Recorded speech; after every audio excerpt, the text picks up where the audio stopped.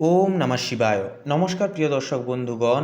বৃষ রাশি তথা বৃষ লগ্ন অনুসারে আগামী 11ই জানুয়ারি থেকে পুরোপুরি 16ই জানুয়ারি এই সময়কালের মধ্যে আপনাদের দশম ঘরে রাহুর অবস্থানের প্রভাবে এবং কারণে আপনারা কিন্তু একান্তই 5টি বিশেষ অলৌকিক পরিবর্তন আপনারা লক্ষ্য করতে পারবেন। আপনারা জীবনে এতদিন ধরে যেই সমস্ত বিষয়গুলিতে আপনারা অসফল থেকেছেন, এবারে কিন্তু সেগুলি প্রাপ্তির পালা। রাহু হচ্ছে অপ্রত্যাশিত কিছু অর্থ লাভের একটা ইঙ্গিত দেয় তথা চান্স দেয়, যা কিন্তু জীবনে বহুর্মুখী একটা ঘটনার সাক্ষী কিন্তু হয়ে ওঠে। তো আপনাদের ক্ষেত্রে এই সময়কালের ন্যায় দশম ঘরে রাহুর অবস্থানের প্রভাবে একান্তই প্রথাগত নিয়মের বাইরে গিয়ে কিছু করার একটা ইচ্ছা প্রবণতা শক্তি সেটা কিন্তু বৃদ্ধি পাবে। আপনি হয়তো আপনার বর্তমান চাকরিতে সন্তুষ্ট নন বা নতুন কোনো ব্যবসার পরিকল্পনা করছেন, তাহলে বলবো সময়টা যথাযথভাবে সাপেক্ষ হবে। রাহুর এই দশমস্ত অবস্থান আপনাকে সাহসের সাথে ঝুঁকি নিতে সাহায্য করবে। আবার আপনার একাদশ ঘরে শনি মীন রাশিতে বসে আপনার রাশির দশম ঘরকে নিয়ন্ত্রণ করছে। এর অর্থ হলো আপনি কঠোর পরিশ্রম করলে তার ফল অবশ্যই পাবেন, তবে তা কিছুটা ধীর গতিতে আসবে। যারা টেকনিক্যাল কাজ, লোহা বা খনিজ দ্রব্য এবং বৈদেশিক বাণিজ্যের সাথে চুক্তি করছেন বা আপনারা যেনারা এই সমস্ত ব্যবসার সাথে যুক্ত, আপনাদের জন্য বলি এই 5টি দিন অত্যন্তই লাভদায়ক হবে। তবে যেহেতু আপনার কর্মপতি শনি বর্তমানে মীন রাশিতে অর্থাৎ দ্বাদশ রাশি থেকে গণনা করলে একাদশ, তাই কাজের জায়গায় কোনো বয়স্ক ব্যক্তির সাথে একটা মত পার্থক্য এই সময় এড়িয়ে চলাই কিন্তু শ্রেয় হবে। 16ই জানুয়ারি নাগাদ আবারও দেখা যাবে কি না, আপনাদের কর্মক্ষেত্রে কোনো নতুন দায়িত্ব আপনার কাঁধে আসতে পারে। এমনকি এই সময় আপনাদের ক্ষেত্রে চতুর্থ ঘরে কেতু অবস্থান করছে। জ্যোতিষশাস্ত্রে চতুর্থ ঘর হলো সুখ, শান্তি এবং মায়ের স্থান। কেতুর এখানে অবস্থান নির্দেশ করে যে আপনি নিজের বাড়ির ভেতর থেকেও এক ধরনের একাকিত্ব বা বিচ্ছিন্নতা অনুভব করতে পারেন। হয়তো সকলেই আপনার পাশে আছে, কিন্তু আপনাদেরকে কিন্তু একা মনে হতে পারে। এরকম একটা মনোভাবান্তর একটা ভাব এটা কিন্তু দেখা যাবে। এমনকি মনের মধ্যে একটা অস্থিরতা ভাব কাজ করবে যে সব আছে তাও যেন কি নেই, কিছু একটা যেন কমতি রয়েছে। তবে এই সমস্যার সমাধানে এগিয়ে আসছে আপনার রাশির অধিপতি শুক্র এবং তার সাথে থাকা রবি, পাশাপাশি মঙ্গল এবং বুধ। এরা কিন্তু চতুর্থভাবে অর্থাৎ এই 4টি গ্রহ একই সাথে অষ্টম ঘরে কিন্তু রয়েছে। তাই পরিবারের কোনো পুরনো গোপন সমস্যা বা পৈতৃক সম্পত্তি সংক্রান্ত ঝামেলার এই সময় কিন্তু একটা নিষ্পত্তি হতে পারে। মঙ্গলের ধনু রাশিতে অবস্থান আপনার চতুর্থ ঘরের ওপর বিশেষ দৃষ্টি প্রদান করছে, যার ফলে গৃহ সংস্কার বা জমি কেনাকাটার একটা আলোচনা কিন্তু গতি পাবে। পাশাপাশি শুক্র ও মঙ্গলের এই যে সহাবস্থান থাকছে, যা আপনাদের ক্ষেত্রে মাঝে মধ্যে পরিবারের সদস্যদের সাথে একটা উগ্রতা ভাব বা উগ্র মেজাজের একটা কিন্তু সৃষ্টি সতরত করতে পারে। বিশেষ করে 11 ও 12ই জানুয়ারি মানসিক চাপ বেশি থাকলেও 13ই তারিখের পর থেকে পরিস্থিতির একটা উন্নতি ঘটতে দেখা যাবে। এবারে বলি আর্থিক দিক থেকে বিচার করলে আপনার দ্বিতীয় পতি তথা ধনপতি বুধ বর্তমানে অষ্টম ঘরে দহন অবস্থায় রয়েছে। বুধ যখন সূর্যের খুব কাছে থাকে তখন বুদ্ধিবৃত্তিক সিদ্ধান্ত নিতে কিছুটা সমস্যা হতে পারে, কারণ একটা ঘরেই কিন্তু 4টি গ্রহের সমষ্টিগত অবস্থান তথা চতুর্গ্রহ যোগ এটা থাকছে।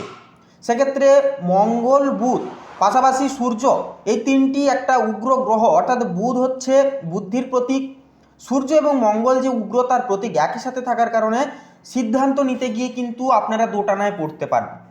একটা ইগো বা আপনাদের ক্ষেত্রে কোনো কিছু ক্ষেত্রে একটা যে অ্যাগ্রেসিভ মত ভেদ রেখে যে এগিয়ে যাওয়ার যে একটা প্রবণতা, সেটা কিন্তু অনেকটাই ধারালো প্রকৃতির হবে। তবে এই সময় শেয়ার বাজার বা বড় কোনো ঝুঁকিপূর্ণ বিনিয়োগে অর্থ বলবো না ঢাললে ভালো করবেন।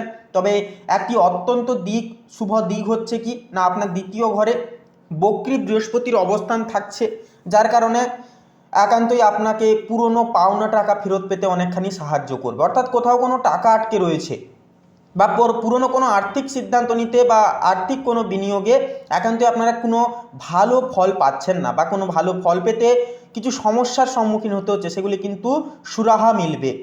যদি অতীতে কাউকে টাকা ধার দিয়ে থাকেন এবং তা পাওয়ার আশা ছেড়ে দিয়ে থাকেন, তবে 11 থেকে 16ই জানুয়ারির মধ্যে সেই অর্থ আপনার হাতে আসতে পারে সম্পূর্ণরূপে।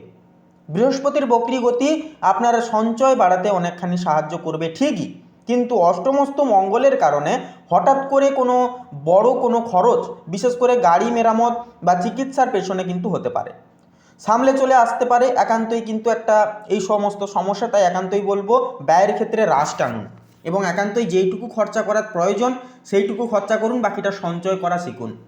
স্বাস্থ্যের দিকটিও কিন্তু এই সময় আপনাকে সবচেয়ে বেশি ভাবাতে পারে।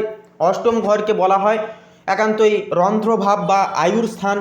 এখানে রবি ও মঙ্গলের অবস্থান শরীরে অতিরিক্ত তাপ বা পিত্তজনিত একটা সমস্যা তৈরি করতে পারে। বিশেষ করে রক্তচাপের রোগী হলে এই কদিন নিয়মিত চেক আপ করান। মঙ্গলের অগ্নিতত্ত্ব এবং রবির তেজ হাড়ের সমস্যা বা মাইগ্রেনের একটা ব্যথা বাড়িয়ে দিতে পারে। এরপরের যে বিষয়টি হচ্ছে চতুর্থস্থ কেতুর কারণে পেটের একটা সমস্যা বা হজমের একটা গোলমাল দেখা দিতে পারে। তবে যেহেতু একাদশস্থ শনি আপনার রাশির ওপর শুভ প্রভাব বা শুভ একটা দৃষ্টি রাখছে, তাই বড় কোনো বিপদ হবে না।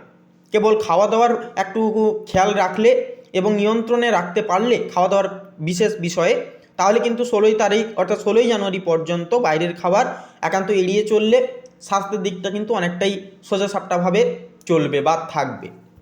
এরপরের যে বিষয়টি হচ্ছে আপনাদের ক্ষেত্রে শনি ও রাহুর প্রভাব শান্ত করতে বিশেষ কিছু প্রতিকার বলবো, এগুলি যদি আপনারা মানতে পারেন জীবনে কিন্তু সুপ্রবাহ সুগতি পাবেন এই সময়কালেও।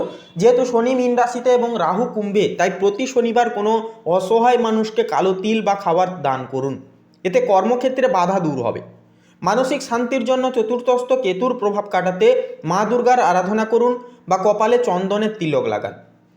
আর্থিক উন্নতির জন্য বুধবার সবুজ রঙের কোনো কাপড় দান করুন, এতে বুধের দহনজনিত দোষ কাটবে।